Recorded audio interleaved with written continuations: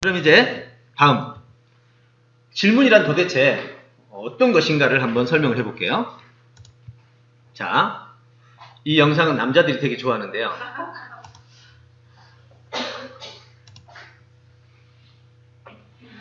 자, 지금부터 이제 이 질문은 인터넷을 아주 유튜브로 완전히 뜨겁게 달군 영상입니다. 한 청년이 길을 가다가 만나는 사람 중에서 자기 마음에 드는 여성을 만나면 1분 안에 키스를 따내는 겁니다. 자, 두 분이서 아이디어를 내보세요. 어떤 아이디어를 내면 1분 안에 따낼 수 있을까요? 키스를 어떻게 따낼 수 있을까요? 바로 질문을 이용해서 합니다. 한번 기가 막힌 장면을 보십시오. 요거 성공하고 나서 한국어는 번역이 안 되어 있는데 How to get kiss 라고 유튜브 치시면, 영어로 치시면 아주 그냥 뭐 보이지도 않아요. 끝이. 근데 이걸 쓴 사람은 다 키스에 성공해요. 예, 그럼 정확한 거죠. 예, 막 그래 자기도 성공했다고 막 하는 걸 찍어가지고 다 올려놨는데 이게 원조입니다. 이 사람이. 예, 보십시다. Would you mind if I ask you 3 honest questions, please? 영어 선생님 손 드세요. 예, 영어 선생님 설명 좀 해주세요. 예, 질문 좀 할까요? 이렇게 하니 그거 반대할 여자는 없겠죠. 오케이. Do you think I'm attractive? 뭐죠? 예, 잘 안 들려서 바람 속에 섞이는데. 나 호감 있는 사람이에요? 나 마음에 드세요? 이렇게 물었어요. 여기서 이제 마음에 안 드는 건 떠나야 돼요. 마음에 안 드는데 이제 두 번 질문하면 이제 피하게 되거든요. 그러니까 여기서 피하고, 그러니까 이 질문에 이제 2가지 질문이 들어가는데 2가지 질문까지 예스가 나와야 그 다음 3번째 질문에서 승부가 나는 거죠. 자, 그러니까 이 사람이 보니까 뭐 봐도 호감이 좀 있는 것 같죠? I guess so. Doing alright. I'm alright. Wow. Do you have a boyfriend? 예. Oh, why? Why? This is kind of awkward, but 자, 첫 번째 호감 있냐? 두 번째 애인이 있냐? 이 2가지가 무엇에 관한 질문인지 아세요? 키스를 못하게 만드는 장애 요소거든. 여러분 호감 없는 사람이 키스한다고 난리 나지. 빤 맞지. 키스를 할 조건이 바로 이 2가지인데 키스를 못하게 만드는 것도 이 2가지고 마지막 질문에 이제 2가지 해결됐어. 남자친구도 없고 호감도 있대. 그럼 나 키스할까요? 이러면 빤 맞지. 얼른 하겠어요, 그게. 여자가 먼저. 근데 이 3번째 질문이 정말 기가 막혀요. 자, 들어봅시다. what would you excuse not to kiss me right now? What would it be? 자, 뭐라고 했죠? 말이 좀 복잡한데 이거였습니다. 호감 있나요? 애인 있나요? 나에게 키스하지 않아야 될 이유가 또 있나요? 이 질문을 듣는 순간 앞에 2가지가 키스하지 않아야 될 이유였고 또 다른 이유를 생각하게 되는 거예요, 여성이. 그쵸? 이유가 마땅히 없네? 그러면 어떻게 자기가 그 질문의 권력에 빠진 거지. 사실 키스해도 될까요? 이랬으면 누가 하겠어요. 근데 이 질문 앞에 사람들이 다 넘어가요. 자, 보세요. What? 이거 가려야 되는데. 괜찮아요? 서로. 3 questions? Man, it's kind of awkward, but do you think I'm attractive? Do you have a boyfriend? Give me a stop. 이제 3번째 질문 던지려면 키스를 해야 되니까 스톱을 시킨 거죠. 예, 가면서 못하니까. What would you excuse not to kiss me right now? Kiss you? Yeah. Come here. 성공률 80%. 대단하죠. 저는 이걸 질문의 권력이라고 합니다. 질문의 권력이란 뭐냐면 그 마지막 질문이에요. 잠깐 거기에 대한 아주 놀라운 반전 증거들이 있습니다. 왜? 첫 번째, 내가 못생겨가지고 잘난 여인한테 다가가는 것 자체가 문제죠. 그렇죠. 그러니까 분명히 선택할 때 사람이 그래도 양심 있지. 전혀 비슷할 게 정도 선에서 하지 말도 안 되는 사람을 선택하는 건 이미 호감에서 걸려버리잖아요. 네, 호감이 있는 서로 간에 상호 간에 맞는 거는 자기 인지력이야. 네, 그 단계. 근데 그것도 안 되고 진짜 나는 이쁜데 나는 진짜 끝까지 하고 싶어. 그러면 질문을 바꿔야지. 이렇게 바꾸면 어떨 것 같아요? 제가 설문 좀 하나 하려고 그러는데요. 지금 현재 1,500명 설문을 지금 다 했는데 이 설문에 좀 답 좀 해주시겠어요? 예, 괜찮아요. 첫 번째 질문. 제가 지금 150억을 가지고 있는데 이것을 가장 효과적으로 쓰는 방법에 대해서 지금 아이디어를 좀 찾고 있습니다. 어떤 방법이 가장 좋겠습니까? 하고 설문을 쭉 해나가고. 두 번째도 그럼 이제 여성으로서는 그쵸? 좀 대부분 사람들이 또 흔들릴 수 있잖아요. 네, 그러니까 조건을 바꿔주는 거지. 아까는 같은 레벨의 외모라면 이번에는 다른 조건을 가지고 접근할 수 있어요. 또 아니면 여성이 더 다른 걸 또 좋아할 수도 있잖아요. 그런 인지를 발휘해서 그렇게 만든다는 거 이제 한 사례고요. 자, 그럼 여기까지 이야기한 이야기는 뭐냐면 인간의 능력, 인간의 판단을 감정적 판단이잖아요. 키스는. 근데 그걸 지금 질문 3개로 바꿔버린 거죠. 자, 두 번째. 어떻게 질문이 권력이 될 수 있는가를 한번 물어보고 싶습니다. 자, 당신은 어떤 컴퓨터를 구입하고 싶나요? 자, 빨리 결정 한번 해보세요. 다 같이. 시작. C사 200만원 성능 우수, A사 100만원 성능 보통. 자, A, B, C, A, C, 시작. 예, 그럼 돈 있단 소리지. 자, 돈이 좀 애매해. 그러면 이제 A 하기도 그렇고 C 하기도 그렇고 갈등이 돼요. 보통 다 여기서 갈등을 겪습니다. 그러니까 아예 구조가 아예 그냥 돈이 많다든 이러면 이제 갈등이 없는데 애매한 자금 상태는 다 갈등을 하게 되는데요. 여기서 갈등을 하지 않고 바로 구입하게 만드는 기가 막힌 방법이 개발됐어요. 심리학 실험의 10가지 실험 중에서 최고 1위에 해당되는 실험이었는데 이걸로 여러분들의 마케팅에 있어서 여러분들도 모두 여기에 다 지금 빠져서 구입하고 있어요. 이제 가서 구입할 때 한번 보세요. 이런 게 돼 있는지 안 돼 있는지. 예, 잘 보세요. 자, 이렇게 정리가 됐다면 자, 빨리 보시고 B사 100만원 똑같아. A사 성능 보통 똑같아. 이거는 200만원 성능 우수야. 자, 바로 선택이 어디로 갈까요? 시작. 예, 바로 B로 그냥 가버려요. 대부분 딱 이걸 보자마자 생각도 안 하고 B로 갑니다. 예, 그러니까 사실 A는 가짜거든. 가짜 하나 딱 넣어놓고 바로 하면 마케팅 시작해서 이게 심리학 실험에서 놀라운 발견이었는데 이 실험으로 전 세계의 모든 마케팅 시장이 다 적용됐어요. 예, 여러분도 생각도 못하고 다 구입하게 돼요.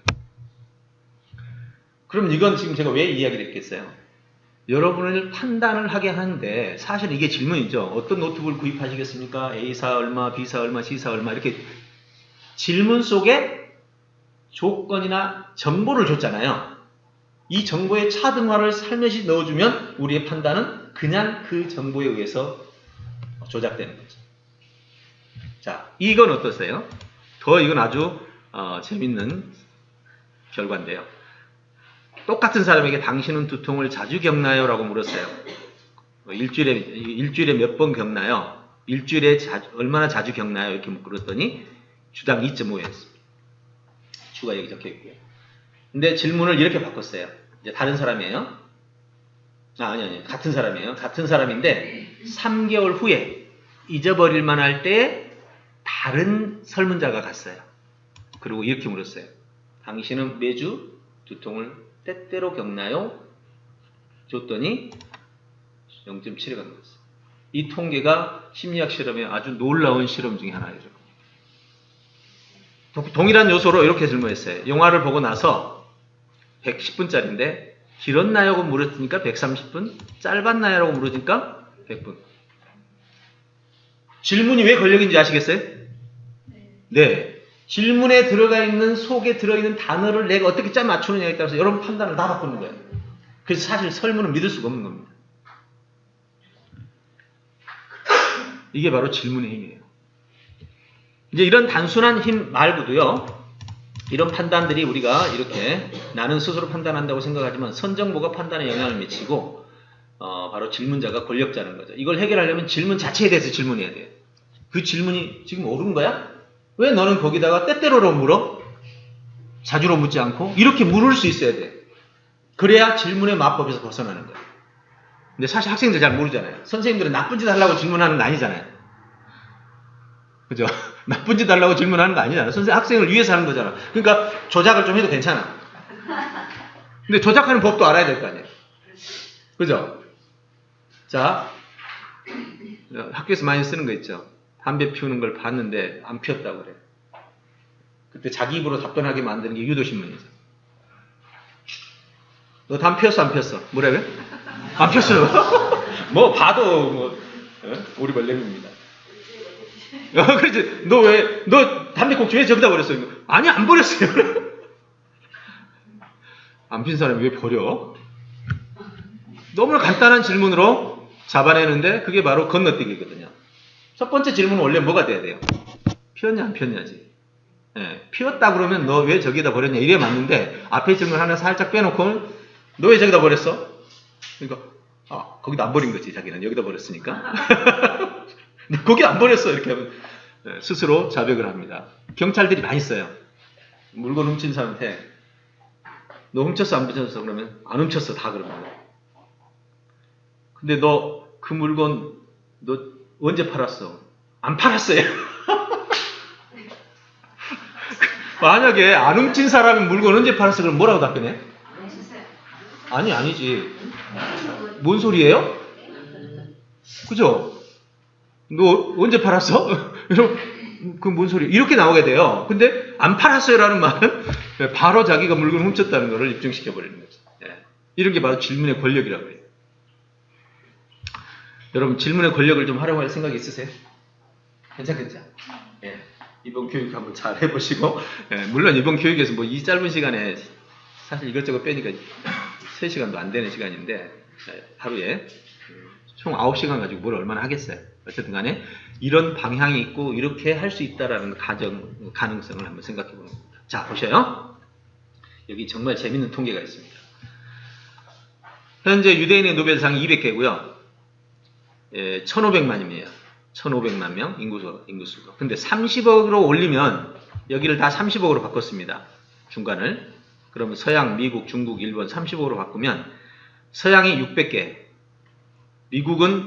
미국만 따졌을 때는 3억이 30억이 되면 2,700이 상당히 많아요. 유대인은 4만 개입니다. 우리 동양, 중국이나 뭐 일본도 400개죠. 4만 개 대 일본 400개 하면 사람하고 개 차이죠. 도대체 어떻게 유대인의 이런 놀라운 차이가 발생할 수 있었을까요? 궁금하지 않으세요? 자, 이 화면을 보시면 자, 한 번 더 지금 질문합니다. 유대인 1,500, 우리나라 5천만. 여기는 전 세계니까 우리 전 세계로 하면 6천만 될 겁니다.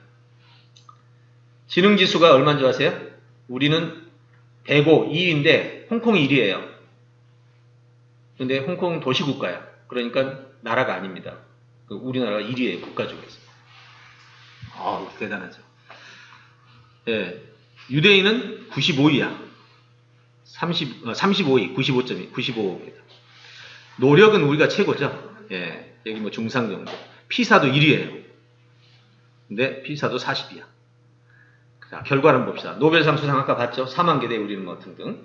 명문대 진학률 30%, 아시아 전체가 5%.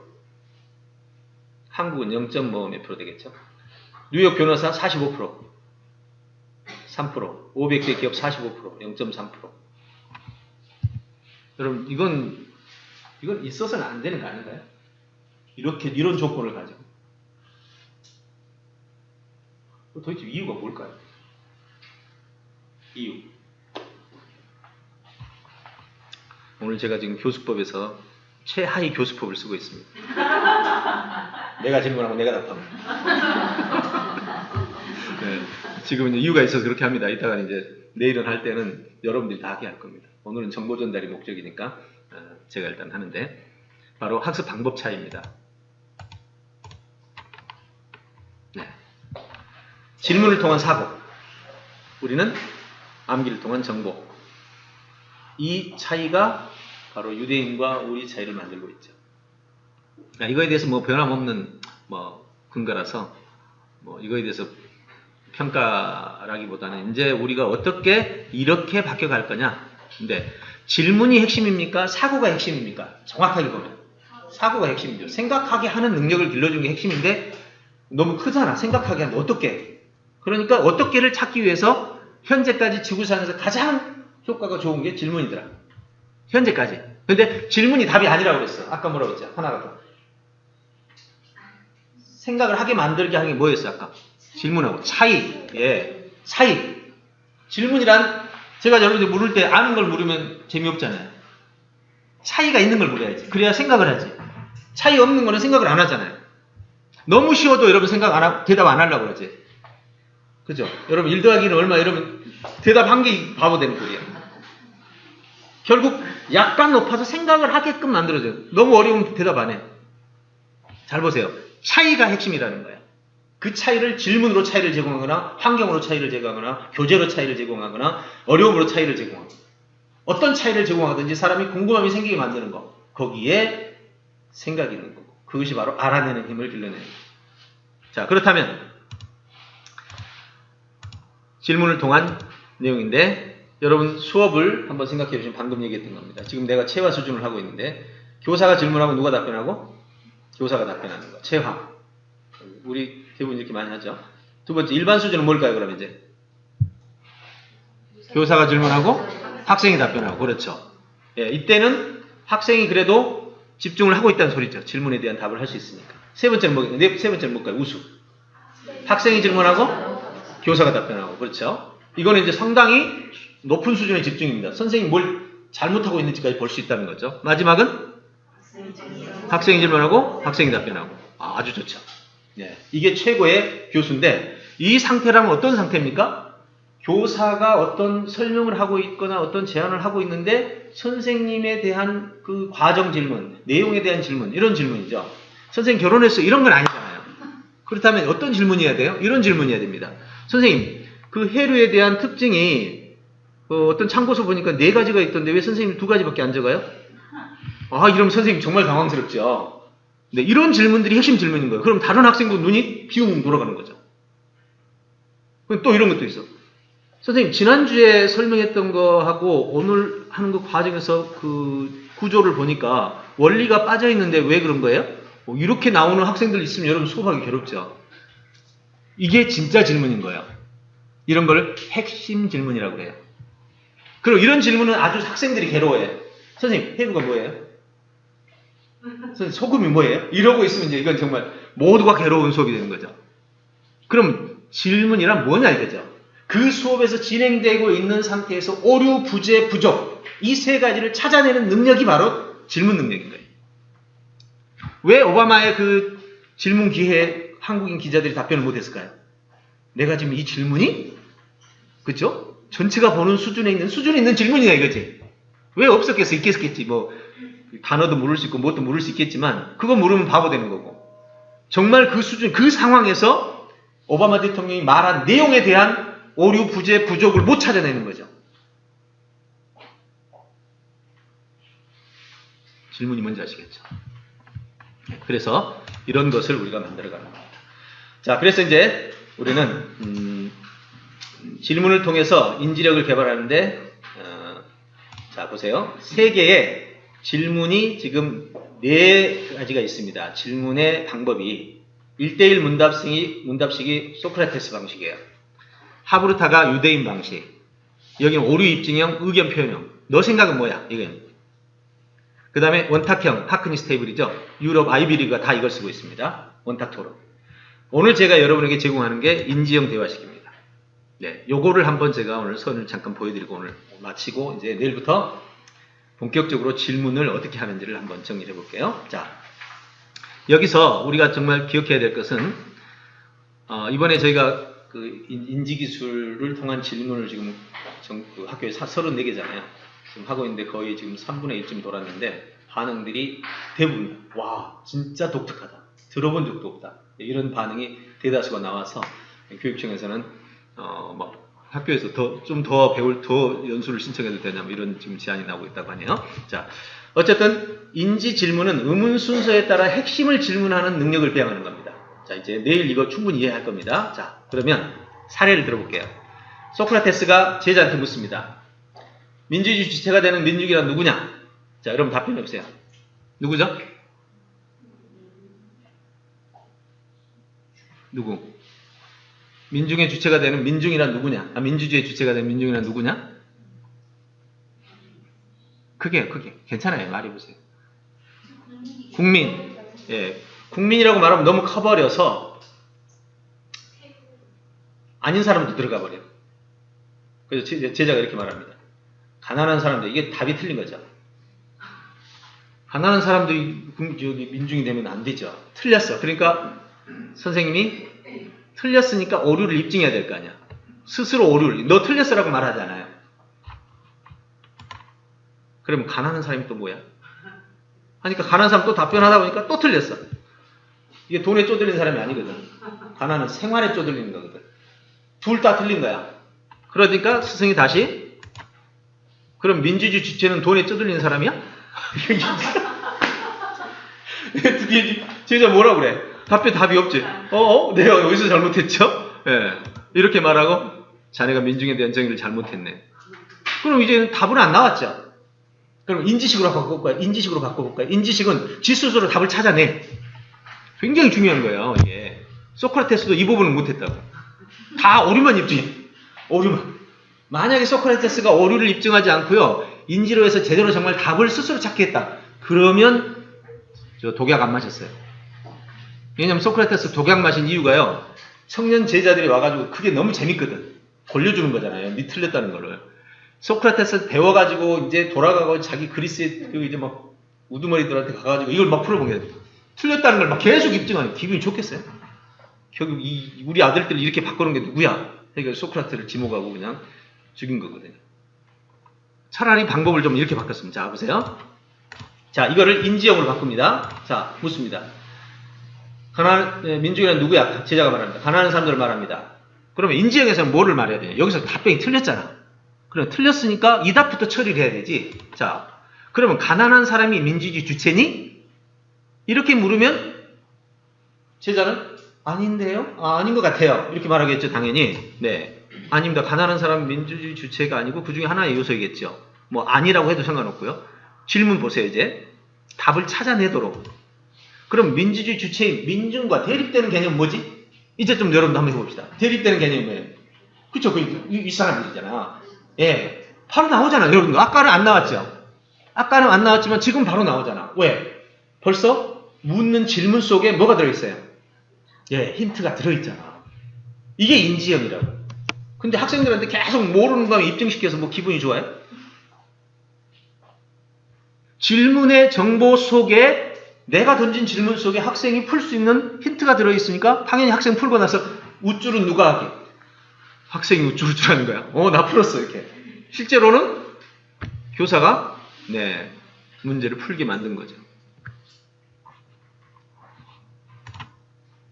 예, 그래서 지배계층, 다시 말해서 귀족계층, 이렇게 처리가 됩니다. 결국은 이 과정에서 제자는 민중이 본래 뜻을 찾아내게 되는 겁니다. 자, 이건 하브르타식입니다. 하브르타, 이렇게 좁은 길에 자전거를 두면 어떻게 돼? 길 가는 사람이 방해가 돼요. 그럼 사람들이 자전거에 부딪히면 어떻게 돼? 이거 지금 하브르타에 나온 내용이에요. 탈무드에. 사람들이 다쳐요. 너 자전거는 어떻게 돼? 넘어져 망가져요. 그럼 결국 사람 다치고 자전거도 망가지니까 어떻게 하면 좋아? 치워야 돼요.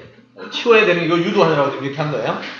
잘했죠. 근데 여러분 어떤 학생 만나면 참 난감한 상황이 벌어져요. 자, 여기서 사람들이 자전거에 부딪히면 어떻게 되지? 그럼 이 답이 꼭 나오진 않아요. 어떻게 돼? 어떤 질문이 답변이 나올 것 같아요? 좁은 길에 자전거를 세워뒀어. 그리고 길 가는 사람 방해가 된다까지는 좋아요. 여기서 이 말을 물으니까 이 답변이 안 나올 경우 어떤 경우 있어요? 네? 다시. 자전거가 부딪힐 수도 있어요. 예, 그럴 수도 있고. 또 이거는 좀 같으니까 비슷한 거고. 또 자, 이런 걸 경우의 수라고 그래요. 자, 잘 보십시오. 자전거에 부딪힌다라는 이 말을 질문 자체에 이미 질문자의 권력이 들어있다고. 이 질문의 모순이 뭐예요? 안 다칠 수 있지. 피해가 없는데 왜 부딪혀? 아니 멀쩡한 사람이 자전거가 부딪혔으면 이렇게 옆으로 세우든지 아니면 사람 불러가지고 치우든지 왜 다치냐고. 그럼 부딪히면 어떻게 되지? 왜 부딪히냐고. 안 부딪힐 수 있다고. 그럼 질문 자체가 틀린 거지. 이런 거를 전부 인지적으로 다 알아. 학생이 여기서 만약에 이렇게 물으면 왜 부딪혀요? 피해가 없면 되지. 네, 이렇게 나올 수 있단 말이에요. 그러니까 질문의 권력을 잘못 쓴 거야. 자, 그래서 이걸 인지적으로 바꿔볼까요? 이렇게 물어야 돼요. 좁은 길에 자전거를 두어서 가능한 경우를 다 얘기해보자. 맞죠? 길 가는 사람일 경우에, 길 가는 자전거, 엄마 요즘 여기서 다칠 수 있는 사람 누구예요? 4번이야. 4번밖에 없는 거예요. 정상적인 사람이 뭐 하려고 부딪혀? 그래서 답변이 나오면 다시 묻습니다. 이들이 보여주는 각각의 반응은 뭘까? 자, 반응. 길 가는 사람 뭐라고 그럴까요? 예측이 뭐예요? 예, 툴툴하면서 피해 가겠죠. 두 번째, 길 가는 자전거는 뭐라고 그랬어요, 이제? 아, 누가 여기 세워서 하면서 막 소리치고 비켜달라고 한다든지 어떤 반응이죠. 엄마 유모차도 당연히 비켜달라고 이제 막 주변에 뭐라고 할 거고. 술 마신 사람은 이제 갔다가 뭐 부딪히고 하겠죠. 결국 이렇게 나오는 거죠. 이런 가능성이 생겨요. 이렇게 생각의 가능의 경우를 다 찾아내게 하는 게 이게 인지란 말이에요. 그러면 질문하는 사람도 이 경우의 수를 가지고 질문을 해야 권력이 되는 거예요. 왜? 물을 때 처음에 아이는 이것만 답변해. 어떻게 될까? 불평할 때, 길 가는 사람이 불평할 거예요. 맞아. 그렇지만 길 가다가 이제 질문 두 번째 나가죠. 이게 선생님이 생각하고 있다. 그러니까 혹시 길을 가는데 짐을 가지고 다니는 경우라든지 어떤 경우가 또 있지 않을까? 아, 그러겠네요. 맞아요. 자전거를 타고 가는 경우, 아니면 유모차를 끌고 가는 경우, 짐을 들고 가는 경우 등등 여러 가지 경우가 있겠네요. 그러면 그 각 경우에 대해서 생각을 하게 만드는 이게 바로 질문의 권력이라는 거죠. 그러면서 여러분이 힌트를 만들어 줄 수 있게 되죠. 그럼 최악의 상황에서 어떤 일이 될까? 망가질 가능성이 최악의 상황만 그런 거죠. 그러니까 어떻게 할까? 지워야 돼요. 답변에서 예외 상황이 없도록 질문의 권력을 활용하는 거예요. 그리고 학생은 틈새 빠져나갈 틈새가 없는 답변의 구조 속에서 답을 찾아요. 처음에 4개의 답변을 동시에 못 찾죠. 하지만 선생님이 힌트를 하나씩 줄 때마다 학생이 찾아내는 게 되죠. 네. 결국 알아내는 인지력이란 이런 겁니다. 중요한 것을 알아내야 되고, 먼저 할 걸 알아내야 되고, 경우의 수를 알아내고, 오류를 해결하는 것을 알아내는, 바로 여기에 질문의 놀라운 능력이 있는 거죠. 이게 바로 문명을 만들어낸 알아내는 능력이고 질문의 권력이다. 네, 여기까지. 오늘 재밌었나요? 네, 감사합니다. 자, 내일은 문제풀이부터 한번 해서 우리가 질문을 진짜 만들어내는 힘들을 한번 길러보겠습니다. 예, 수고하셨습니다. 네, 감사합니다.